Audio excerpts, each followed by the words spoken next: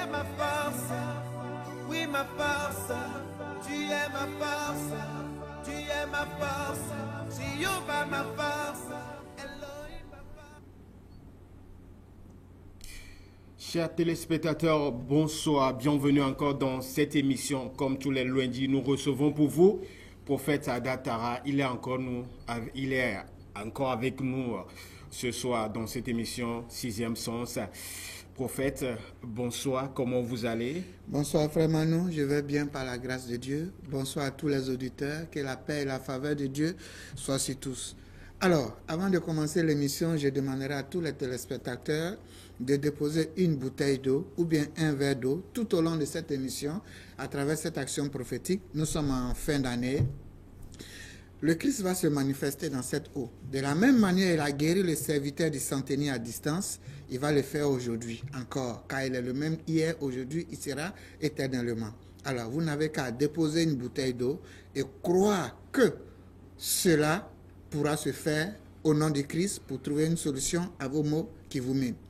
Maladie, blocage, échec, difficultés, instabilité financière, sentimentale liée à la sorcellerie, aux pratiques de charlatanisme, au fétichisme, à la magie noire. Si vous êtes victime de ces choses, il suffit seulement de déposer votre bouteille d'eau et de croire que cela peut se faire. Si le Christ a fait à distance pour les serviteurs du centenier, il peut aussi le faire pour vous au jour d'aujourd'hui. Que la paix de Dieu soit sur vous. Merci beaucoup, Prophète Sada Tara. Merci également à ces nombreux téléspectateurs qui nous regardent en ce moment. Prophète, pour commencer, est-ce que vous êtes prêt? Bon, si tu es prêt, je suis prêt.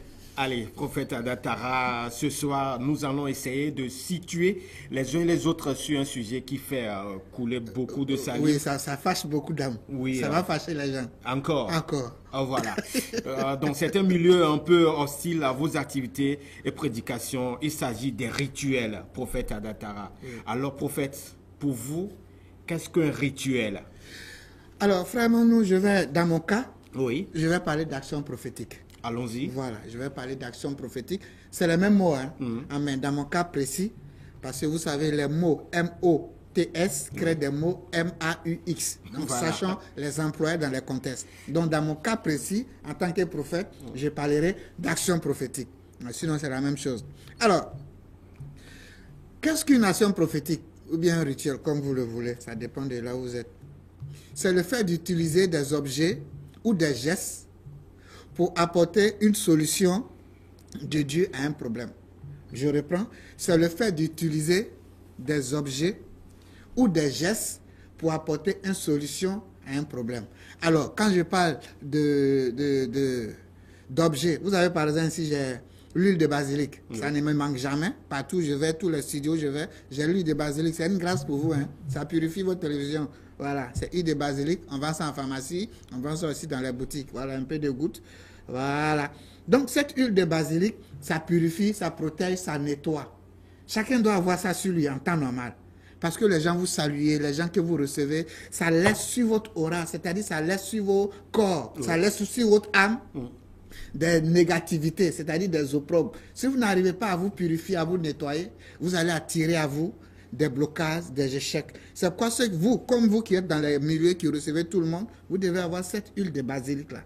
Ça va vous purifier, ça va vous nettoyer. Tout n'est pas sorcier, mais quand on reçoit beaucoup d'hommes, ça laisse certaines impuretés. Vous comprenez? Donc c'est pourquoi partout je vais, j'ai toujours cette huile de basilic pour purifier l'endroit où je suis spirituellement. Donc, en utilisant cette huile de basilic, je suis en train de faire un rituel. Parce que je demande à Dieu d'utiliser, de purifier l'endroit à travers quelque chose, un objet. Vous comprenez? Oui. Donc ça, on appelle un rituel, bien une action prophétique. Alors, quand je dis Manu, salue-moi. Voilà. Et quand je fais comme ça, je suis en train de faire un rituel prophétique. Mais ils ne peuvent pas voir, ils ne comprennent pas. Seul toi, seul tu sais ce que j'ai fait. On appelle ça la poignée des mains de Dieu. Dans cette poignée des mains de Dieu, quel que soit le sorcier le plus puissant de la terre, même ou bien quel que soit l'homme qui veut t'envoûter, qui ne veut pas ton bien, quand il te serre la main, que tu fais ça, tous les effets sont neutralisés. Vous voyez? Donc, à travers un simple geste, au nom de Dieu, non, ce n'est rien, c'est béni. Amen. Vous voyez? Donc, c'est ça un rituel ou bien une action prophétique. C'est-à-dire trouver une solution aux maux du peuple à travers des objets ou bien à travers des gestes. Voilà. J'espère que les téléspectateurs ont compris également. Mais prophète Sadat Tara, donnez-nous quelques passages de la Bible ou du Coran sur lesquels vous vous basez pour vos rituels. Je vais citer ça en quitter ici. Bon, si tu insistes, hein, oui. je vais prendre quelques-uns. Okay, oui, alors, quand vous prenez dans le livre de Exode 15, versets 22 à 25, Moïse dit, puis Moïse fit sortir les Israélites de la mer. Ils tiraient vers le désert de Shur. Ils marchaient 3 jours dans le désert et ne trouvaient point d'eau. Puis ils vinrent à Mara. Mais ils ne purent boire les eaux de Mara car elles étaient amères. C'est pour cela que ce lieu fut appelé Mara, c'est-à-dire lieu d'amertume. Alors le peuple murmura comme Moïse. Et Moïse cria à l'Éternel et l'Éternel lui indiqua un bois. Et l'Éternel lui indiqua un bois. Oui. Morceau de bois. Un morceau de bois qu'il jeta dans les eaux. Et les eaux devinrent douces. Ça, il vient de poser une action prophétique. C'est pourquoi je vais profiter de cette action prophétique pour vous montrer ça aussi. Vous comprenez? Quand ta vie ne va pas, quand il y a le blocage dans ta vie, c'est-à-dire la sorcellerie ou bien le charlatanisme, les liens de famille ont pris ta vie jusqu'au niveau de la gorge. C'est-à-dire ta vie est devenue amère et plus rien ne va. Mon frère, toi qui me regardes, si Moïse l'a fait, toi aussi tu peux le faire. C'est un secret que je suis en train de vous donner pour sauver votre vie. Tout n'est pas la prière, blablabla. Non. Il faut aussi des actions prophétiques quand ça ne va plus. Quand ça ne va plus là, il faut passer aux actions prophétiques. Parce que ces actions prophétiques, Dieu a mis tout à notre portée. Depuis le livre de Genèse 1, que ce soit le poisson, c'est pourquoi vous avez vu Jésus a utilisé le poisson, il a fait sortir l'argent dans la bouche du poisson. Vous allez lire le livre de Tobit et de Tobias. Vous allez voir que Tobit a pris le foie du poisson pour sécher et il a soigné les yeux avec de son papa, il a guéri, il a délivré la femme qui avait le mari d'Énine qui tuait les gens. Tout ça c'est biblique. Donc Dieu a mis tout à notre portée, tout. Alors je vais parler de ce rituel à travers ce que Moïse a fait. Vous prenez le bois d'acacia, tout le monde connaît acacia. Vous prenez une petite branche d'acacia sec. Je dis bien quand rien ne va dans ta vie, c'est-à-dire quand ta vie est devenue amère, comme les eaux de Mara. Quand rien ne marche. Quand rien, c'est-à-dire tu es bloqué. Bloqué. Tu prends une petite branche, ça peut être une petite branche comme ça d'acacia sec. Oui. Tu prends la branche d'acacia sec, tu prends ta Bible, si tu es chrétien, n'importe quelle page de la Bible, tu mets ça dedans et tu pries à Dieu qu'à travers ce bois, de même qu'il a fait avec Moïse pour transformer les eaux amères en eau douce, pour leur apporter la bénédiction, que Dieu aussi vous apporte la bénédiction. Vous retirez ça de votre Bible. Si c'est dans la Bible, vous avez mis, mais si c'est dans le Coran, mais si vous avez déposé sur un sanctuaire, ça dépend de votre religion. Dieu, il s'en fout de votre religion. C'est vous les humains qui avez créé la religion. Alors, vous prenez ce morceau de bois sanctifié, béni, vous mettez ça dans un seau d'eau. Et ce seau d'eau, vous prenez pour vous laver. Oui. Quand vous finissez de vous laver, vous déposez le morceau de bois à côté, vous laissez ça le lendemain. C'est-à-dire chaque soir, vous lavez ça chaque soir pendant 9 jours. Et les 9 jours qui vont suivre, on verra bien si votre Dieu n'existe pas. Et quand vous finissez les 9 jours, prenez le morceau de bois, vous jetez en brousse. Je dis bien vous jetez en brousse. Voilà. J'espère que les téléspectateurs ont pris bonne note pour ce petit rituel de la part de prophète Sadat Tara. Prophète, l'autre fait qui suscite beaucoup d'interrogations sur l'utilisation fréquente. Je peux donner un deuxième, parce que tu as dit plusieurs. Oui, bien sûr. Tu n'as pas dit un. Ok, allons-y. Donc je suis prêt pour toi. Deux. Oui. Deuxième. Alors, quand on parle des actions prophétiques dans la Bible, vous avez Job 26, verset 10. Oui. La Bible nous dit, il a tracé un cercle à la surface des eaux comme limite entre la lumière et les ténèbres. Vous levez, vous rentrez dans l'eau, vous baptisez Brou. C'est à cause de tout ça, là, il organise le rituel des pentagrammes. Là. Le samedi oui, à cause de ça, à cause de ce cercle-là. Oui. C'est quel cercle on trace? C'est ça. Le pentagramme, lorsqu'on le fait, c'est un cercle on trace. Parce que le cercle en Dieu est puissant. Pour les chrétiens catholiques, vous allez voir, on parle de rosaire. Vous allez voir, il y a cercle, non? Oui. Quand Jésus était sur la croix, vous allez voir que c'est 12. Qu'est-ce qu'ils ont fait? Ils ont fait un cercle autour de la croix. Quand ils ont fait le cercle, il a fait nuit. Mais personne n'en parle. Mais ça aussi, c'est un autre niveau de spiritualité. Donc, le cercle est très puissant en ce qui concerne le monde de Dieu, bibliquement parlant et spirituellement parlant. Donc, la Bible nous dit, Job 26, verset 10, il traça un cercle à la surface des eaux pour délimiter les ténèbres de la lumière. On ne rentre pas dans l'eau pour faire baptême comme ça. Dans l'eau, il y a les démons. Dans l'eau, il y a les anges de lumière. Dans l'eau, là, c'est comme dans le monde où nous sommes ici. Il y a des bonnes personnes, des hommes de bonne moralité et des hommes de mauvaise moralité. Sinon, l'eau n'est pas mauvaise en tant que telle.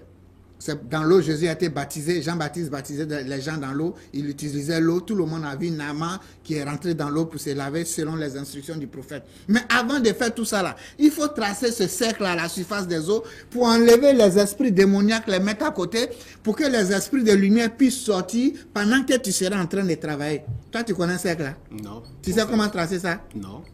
Rendez-vous le 27 au rituel du pentagramme. Encore un passage de la Bible ou Tu du veux Coran? encore? Oui. Tu es sur moi. Hein? Oui. Bon, pour les téléspectateurs. D'accord, ok. Vous tous vous connaissez les actions prophétiques dans la Bible encore, Nombre 21, versets 8 à 9. On dit, puis l'Éternel lui dit, fais-toi un serpent d'airain. Parce que lorsque Moïse était dans le désert, ses enfants ont commencé à être piqués par des serpents démoniaques. Et Dieu a dit aux enfants, à Moïse, fais un serpent d'airain, élève ce serpent.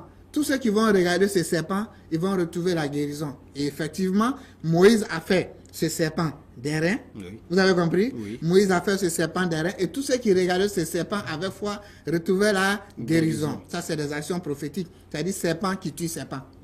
Ça aussi, c'est un autre cas. Ça aussi, on va faire une mission encore dessus. Serpent qui tue serpent. On va faire une mission dessus. Quand on prend de ta colonne vertébrale jusqu'à ta tête, ça ressemble à quoi? C'est comme ça? Non. Hein? Oui. C'est pas comme ça? Oui. C'est comme ça, non? Vous qui êtes allé à l'école, quand on prend de la colonne vertébrale Oui, jusqu'ici, serpent qui tue serpent. Un jour, on va faire l'émission sur serpent. Merci beaucoup, prophète Adatara. Allez, je reviens sur ma question. Alors, on va prendre l'autre action prophétique qui est très simple, que je Simple. vais essayer avec tous les téléspectateurs, Oui. avec même les caméramans, s'ils n'ont pas peur. Hein. Ouais. Si vous n'avez pas peur, on peut essayer ensemble. Ok, allons-y. Alors, vous allez faire comme ça avec moi. Les téléspectateurs, vous faites la main comme ça avec moi. Manu Purée. Tous, allez, on va le faire. Alors, on dit As divine mère. As divine mère. As divine mère. As divine mère. As divine mère. As divine Alors, mère. vous mettez les deux mains en face, comme ça. Allez-y, commencez à mesurer. Comme si vous mesurez quelque chose, vous allez voir, il aura, comme s'il y a quelque chose au milieu qui repousse, comme s'il y a de l'électromagnétisme, comme s'il y a un élastique qui... Vous ressentez ça? Oui. Ok, c'est bon. Donc, dans le studio, on laisse ça. Alors, vous, les téléspectateurs qui avez ressenti ça, est-ce que je vous ai donné fétiche? Est-ce que je vous ai donné gris-gris? Et la Bible nous dit, lorsque Moïse était en combat avec le peuple dans le désert, la Bible, Dieu dit à Moïse, transmets-leur la lumière. Et lorsque Moïse élevait la main comme ça, quand il a fini de faire ce que je vous ai montré, la Bible nous dit, son peuple allait de victoire à victoire. Quand Moïse était fatigué, il baissait la main. Les ennemis prenaient le dessus sur son peuple. Son frère Aaron était obligé d'attraper ses mains. C'est ça qu'on appelle la lumière divine. Quand tu ne connais pas là, approche ton frère. Il va te montrer. C'est simple. Simple pour les téléspectateurs, vous qui nous suivez, c'est l'émission 6e Sens avec prophète Adatara. Prophète Adatara. Tu dois me payer pour ça, là. Oui, bien sûr. Oui. L'autre fait qui suscite beaucoup d'interrogations est l'utilisation fréquente des encens, huiles, bougies et bien d'autres produits. Prophète, qu'avez-vous à répondre à tous ceux qui pensent à tort et à raison que ces produits sont d'origine satanique et diabolique? Alors, vous allez tous convenir avec moi que les bonnes odeurs attirent les anges de Dieu. Oui. Les bonnes odeurs attirent tout ce qui est bon, tout ce qui est bien, tout ce qui est beau. Vous comprenez? Alors, quand vous prenez dans le livre de Genèse 8, versets 20 à 21, Noé bâtit un autel à Dieu, puis il prit toutes les bêtes pures, tous les oiseaux purs, ils offrirent en holocauste sur les autels. L'Éternel sentit une odeur agréable. Et l'Éternel dit à son cœur, je ne maudirai plus la terre à cause de l'homme. Parce que, c'est-à-dire, Dieu voulait maudire la terre. Et parce que Noé, lui, offre un holocauste. Et Dieu a fait quoi? Dieu a senti la bonne odeur qui dégageait. Il dit, je ne vais plus maudire la terre. Vous comprenez? La bonne odeur attire l'affection de Dieu. Dieu aime les bonnes choses. Dieu aime les bonnes odeurs. C'est pourquoi moi je dis Dieu, c'est tout ce qui est bon, tout ce qui est bien et tout ce qui est beau. C'est ça Dieu. Donc Dieu aime les bonnes choses. Alors, quand vous prenez dans le livre d'Apocalypse, Apocalypse 8, verset 4, Apocalypse, c'est le Nouveau Testament, mais Ancien Testament. D'abord, avant que je continue. Parce qu'il y a les chrétiens de maintenant, quand ils prennent Ancien Testament, on dit non, c'est Ancien Testament. Et il veut Nouveau Testament. Apocalypse, là, c'est le Nouveau Testament, ou bien c'est Ancien Testament. Si c'est le Nouveau Testament, non, allons-y dedans. Apocalypse 8, verset 4. La fumée des parfums monta avec la prière des saints et de l'ange devant Dieu. Apocalypse 8, verset 3. Et un autre ange vint, il s'éteint devant l'autel de Dieu. Attendez, il y a bien me placer et puis je vais lire ça. Parce qu'il y a des gens qui disent non, Dieu dit de ne plus utiliser encens. Non, quand vous prenez dans le livre d'Exode, quand Dieu dit de ne plus utiliser encens, l'encens était destiné à l'autel de Dieu. L'encens était destiné à l'autel de Dieu. Mais les enfants d'Israël se sont détournés de l'autel de Dieu pour adorer l'autel de Mammon en prenant les encens. Donc Dieu était fâché. Il dit ces encens-là, c'est pour m'adorer et non aller adorer des dieux étrangers. Mais comme vous prenez cet encens pour aller adorer les dieux étrangers, c'est ceux qui prennent l'encens pour aller adorer les dieux étrangers que Dieu a dit à partir d'aujourd'hui, je ne vais plus écouter votre prière. Sinon, ce n'est pas l'encens que Dieu a interdit. Mais c'est ceux qui font ces pratiques en prenant l'encens, au lieu d'envoyer sur l'autel de Dieu, mais ils envoient sur l'autel du diable. C'est là Dieu a dit, il ne va plus écouter les prières, ni les pratiques avec les encens. Vous comprenez? Oui. Mais ce même Dieu, il dit à Aaron et à ses enfants, vous devez perpétuer l'allumage des encens de génération en génération. Je ne sais pas si on dit génération en génération, 2018 n'est pas dedans. Moi, je ne sais pas. Si génération en génération, si 2018 n'est pas dedans, c'est que c'est moi qui comprends mal le français. Vous comprenez? Mais dans le Nouveau Testament, c'est Dieu, le trône de Dieu. Regardez comment dans le Nouveau Testament, Jean va nous montrer comment on adore Dieu dans son trône. Apocalypse 8, verset 3. C'est qu'il a dit là, si tu n'as pas trouvé dans ta Bible, le jour où tu me vois dans la rue, il faut me coiffer. Il faut dire que je suis un faux prophète. Apocalypse 8, verset 3. Et un ange vint et s'éteint devant l'autel.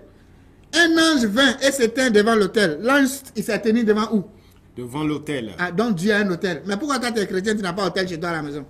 Pourquoi toi, tu es chrétien, tu n'as pas autel chez toi à la maison? Hein, dis-moi.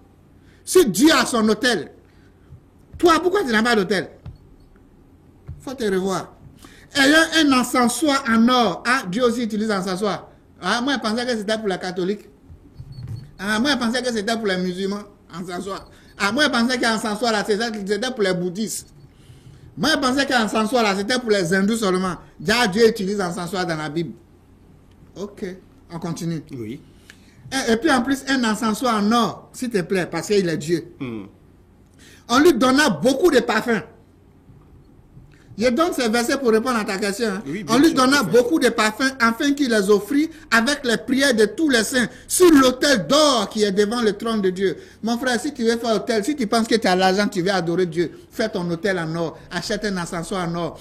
Si tu ne connais pas les parfums, viens me voir, je vais te montrer les vrais parfums, les vrais encens pour adorer Dieu. Mon frère, affaire de Dieu là, on ne regarde pas le visage de quelqu'un, mais on regarde la Bible. Que Dieu vous bénisse. Que Dieu bénisse tous ceux qui vous abrutissent. Que Dieu bénisse tous ceux qui vous mentent. Que Dieu bénisse tous ceux qui vous disent encens et parfum n'est pas bon. Jésus, le grand maître Jésus, qui est notre modèle à nous. Qui est notre modèle à nous. Lorsque Marie est venue verser le parfum sur son pied, les disciples ont voulu se plaindre. Il a dit non, pourquoi vous vous plaignez? Moi, au moins de mon vivant, elle a versé le parfum sur mon pied. Elle a versé le parfum sur mon pied. Non, elle a versé le parfum sur mon pied pour ensevelir ma sépulture. Jésus pouvait dire non, ça c'est diabolique, on ne fait pas ça.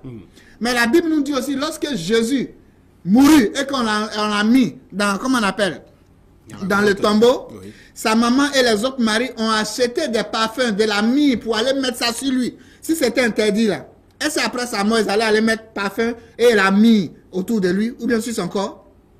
Non, je ne pense pas. Si Jésus avait interdit ça, avait interdit ces pratiques, après sa mort, je ne pense pas que sa maman Marie et les autres maris allaient acheter, la Bible nous dit, ils ont acheté de la myrrhe et des parfums pour aller embaumer son corps, pour garder son corps intact. Pourquoi? Parce que l'odeur de mort ne devait pas le toucher. J'ai déjà fait une émission ici sur l'odeur de mort. Restez là, hein. Dites encens n'est pas bon, parfum n'est pas bon. Nous, on évolue, on vous laisse. Est-ce qu'on vous regarde? C'est vous qui allez venir nous demander 10 000, 10 000. Est-ce que nous en avons autant? Alors, mon frère, Merci beaucoup, prophète Adatara, pour toutes ces explications ou réponses à ma question. Malgré ces nombreuses récriminations, si je peux le dire ainsi, vous n'avez pas baissé les bras dans votre mission de délivrance. Je ne peux pas baisser, c'est la pratique divine. Hein? Même la farine, c'est biblique pour les actions prophétiques. Lévitique 6, verset 15. Oui. On nous dit, le sacrificateur prélèvera une poignée de fleurs de farine, de l'huile, avec tout l'encens ajouté à l'offrande, et il brûlera sur l'autel. Ça, si quelqu'un me voit faire ça de suite, ils vont dire, il fait fétiche. Ton grand-père Abraham l'a fait. Ton aïeux Jacob a fait. Quel est ton problème? On ne change pas une équipe pour gagner. Mon cher, il a dit, écoutez-moi, hein, un franc-maçon qui a fait 30 ans dans la franc-maçonnerie, tu veux qu'il soit chrétien, il faut lui montrer ce que ses deux yeux n'ont pas vu dans la franc-maçonnerie, dans le christianisme. Quelqu'un qui est dans la Rose-Croix, qui a fait 50 ans dans la Rose-Croix, tu dis qu'il n'a qu'à devenir chrétien, parce qu'eux aussi, ils ont des problèmes. Ils cherchent solution. Si tu veux qu'il devienne chrétien, là, il faut lui montrer ce que ses deux yeux n'ont pas vu dans la Rose-Croix. Quelqu'un qui a fait fétichisme depuis son enfance, il est né dans fétiche, il a fait fétiche jusqu'à il est devenu riche. Après, la galère a commencé à venir, il a fait 60 ans dedans. Et il veut venir à Jésus. Tu veux l'appeler à Jésus. Il faut lui montrer ce que ses deux yeux n'ont pas vu. Ce n'est pas nos petits évangiles là qui vont envoyer ces 3 personnes que j'ai citées à Dieu. Faisons très attention. Il y a les mystères de Dieu. C'est pourquoi Dieu a dit à Daniel, je te donne le don de la science. Tu sais ce que c'est que la science? C'est de la science que nous sommes en train de parler. Ça, c'est la science. Le mystère des mystères. Quand comment il s'appelle? Quand Daniel et ses frères marchent dans la fournaise, tes parents de Bassa, ou bien on dit, comment ils s'appellent? Oui, c'est ça. Ils ne marchent pas dans le feu. Quelle est la différence? Ils ont la science. Quand Jésus marche sur l'eau, il a la science. Quand Dynamo, il marche sur l'eau, il a la science. Dynamo, je dis, c'est à nos temps, je dis, il a la science. Quand chez nous, en Côte d'Ivoire, c'est que vous appelez Zangbeto, et ils marchent sur l'eau. Mais ils ont la science. Parce que souvent, quand les gens voient les Ivoiriens, on nous voit, ils pensent que non, on en a coupé, décalé. Il a marche chez nous, c'est comme les Zangbeto là. Ils marchent sur l'eau. Il va, il vient, sur l'eau. Chez moi, en Côte d'Ivoire. C'est pas une histoire de handi. Donc, c'est pas les histoires des Béninois, Togolais là. Vous êtes trop petits en matière de fétiche, hein. Attention, sinon on va se mesurer la bouche. Mon frère, qui va négliger son pays? Allez, chers téléspectateurs, je vous rappelle que nous sommes avec Prophète Adatara dans cette émission 6e Sens. Et nous parlons aujourd'hui de rituels. Prophète Adatara, nous parlons de rituels. Et c'est dans ce cadre que vous organisez le samedi prochain, 27 octobre, un séminaire sur le pentagramme. Oui, avant de répondre au séminaire, j'entends, vous savez d'ici, j'entends ce que les auditeurs disent. Oui. Je n'ai pas dit à quelqu'un d'aller faire fétiche, je ne vous encourage pas à faire fétiche. Mais je suis en train de vous dire que ce que les gens font là, aussi la pratique africaine aussi, la religion africaine le fait. Oui. C'est ce que j'essaie de vous dire. Sinon, je n'encourage pas quelqu'un à aller faire fétiche. Moi-même, ce que je connais ici même là, c'est fétiche jamais connais. Les actions prophétiques même. Souvent, moi-même, quand ils me voient en train de faire les actions prophétiques, ils rient moi seul. On dirait un fétiche. Donc, il y a les actions prophétiques là, tu te déshabilles. Ma femme dit quoi? Les gens vont regarder. Une fois, on faisait un truc à Cotonou. Je me suis déshabillé pour faire action prophétique. Imagine quand on est rentré à la maison. On était pas là, mais. Ouais. Alors, juste pour vous dire que en Dieu, il y a tout. Hein? Quand tu ne connais pas, approche ton frère, tu demandes simplement à qui Dieu a donné le don des mystères, le don de la science, le don des songes, de la prophétise. Il va t'aider et il va te mettre sur le chemin. C'est pourquoi les pères sont là pour ça. Moi, j'ai eu des pères. Peut-être je peux être père pour quelqu'un d'autre. Voilà, les pères sont là pour ça. Voilà. Voilà, et prophète, pour ça, vous organisez le samedi prochain, 27 octobre, un autre séminaire sur le pentagramme. Oui. Et d'abord, c'est quoi le pentagramme? On sait que, je sais qu'on a déjà parlé de ça dans l'une des émissions, mais explique un peu pour ces nouveaux téléspectateurs qui nous regardent. Dans l'émission, il n'y a pas sucré. C'est quand on a la radio, tu mets dans sucré, il y a soif. Bon, on va voir là où tu es après, il va nous gérer. Désormais, il faut jouer ton rôle. Oui. Hein? À la radio, tu me gères bien, mais ici, là, tu me prends comme quelqu'un de, comment on appelle, Dégon. Non, prophète. Donc tu disais quoi? Oui, le samedi prochain, vous organisez un autre séminaire sur le pentagramme. Pour le téléspectateur qui nous capte en ce moment, c'est quoi le pentagramme? Alors, vous devez savoir que le pentagramme 5 minutes. Oui. Alors, le pentagramme, c'est l'étoile à 5 branches. Oui. C'est une étoile qui a 5 branches. Alors, quand nous prenons, je vais me lever, quand nous prenons l'homme, oh, je suis trop court. Oui. Alors, quand vous prenez l'homme, par exemple, Oui. quand vous prenez l'homme à partir d'ici, vous voyez, l'homme est une étoile. Vous voyez là, ça devient, voilà, comme ça, et vous venez ici. C'est-à-dire la hanche, de la hanche Oui. gauche à la hanche droite, Oui. à l'épaule droite, à l'épaule gauche, au sommet de la tête, l'homme forme une étoile, un pentagramme. Donc c'est pourquoi on dit tu es une étoile. Ton étoile doit briller. C'est cette étoile à l'intérieur de toi. Lorsque l'ennemi suit ça, il y a problème. Alors, il y a cette étoile extérieure qu'on appelle l'étoile de David. Lorsque nous traçons cette étoile d'une certaine manière, ça donne un cercle. Et c'est tout ce rituel accompagné qui donne ce cercle-là qu'on appelle un pentagramme. Donc le pentagramme, ça nous désenvoûte, ça nous purifie. Et ce qui est intéressant, c'est que c'est le seul rituel qu'on fait sans bougie, sans encens, sans rien. C'est-à-dire qu'il peut le faire partout, mais c'est très puissant. Ça protège sur 15 km par an, 24 heures. Ça purifie tous vos différents corps, votre âme, votre esprit. Même que tu laves ton corps physique, tu dois laver ton âme. C'est pourquoi on dit que ton âme soit bénie. Voilà, si ton âme est prospère, ton âme est bénie, tout est béni autour de toi. Donc le pentagramme purifie votre âme. Le pentagramme, on appelle ça la perfection parce que c'est l'amour, c'est la sagesse, c'est la vérité et c'est la justice. Et c'est pourquoi on dit que le pentagramme est lié au Christ parce que ces vertus-là font partie des vertus du Christ et des disciples du Christ qu'on appelle les chrétiens. Donc le pentagramme vous apporte la protection dans la vie. Celui qui maîtrise le pentagramme, c'est-à-dire celui qui va venir au rituel du pentagramme, il peut se taper la poitrine pour dire que moi je suis protégé à vie. Voilà. Donc le pentagramme vous apporte la haute protection, vous apporte la purification, le désenvoûtement, le déblocage et vous enlève tout ce qui est maladie mystique. Donc, lorsque vous faites le rituel du pentagramme, vous vous protégez et vous vous nettoyez contre les attaques mystiques et vous vous éloignez de vous les attaques mystiques. Moi, c'est vrai, nous tous on tombe malades, mais jamais tu vas entendre dans ma bouche le mot sorcellerie, le mot mystique pour dire non, sorcier m'a attaqué, telle personne. Non, non, non, parce que je sais en qui j'ai cru et je sais que chaque fois je fais mon pentagramme. Dans le pentagramme, vous mettez sur le chemin de Dieu.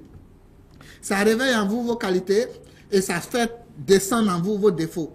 Donc le pentagramme, c'est le rituel par excellence qui vous apporte la délivrance, la liberté, la protection, la stabilité financière et sentimentale. Et ce jour-là, ça sera suivi d'un rituel de pentagramme. Ça sera suivi d'un rituel de pentagramme, rituel d'attraction, c'est-à-dire vous serez comme un aimant, c'est-à-dire attraction, richesse, la renommée, la longévité, le blindage et la protection et le retour à l'envoyeur. Et l'entrée à ce séminaire est à 10 000 francs. Ça vous donne droit à l'huile d'onction de commerce. Donc c'est le samedi 27 octobre à partir de 15h à la Fopades d'Agoué. À partir de 15h, samedi 27 octobre, à partir de 15h à Fopades d'Agoué, pour participer au séminaire qui a pour thème comment bénéficier du pouvoir du pentagramme dans notre vie au quotidien. Ça sera suivi du rituel attraction, richesse, renommée, longévité, blindage et protection, retour à l'envoyeur. L'entrée à 10 000 francs donnant droit à l'huile d'onction de commerce. La bouteille d'eau devant votre poste récepteur, vous renversez tout dans un seau d'eau, je dis bien tout, et vous vous lavez. En vous lavant, vous demandez à Dieu tout ce que vous voulez. Donc voilà un peu Manon. Merci beaucoup, prophète Adatara. Merci, chers téléspectateurs. C'est fini pour aujourd'hui, pour cette émission 6e Sens. Rendez-vous la semaine prochaine. D'ici là, les numéros sont là. Hein? Oui, les numéros sont sur l'écran. Je te dis que j'ai oublié mon quelque chose. Paix dans le cœur. Allez. Voilà. Merci à tous. Au revoir.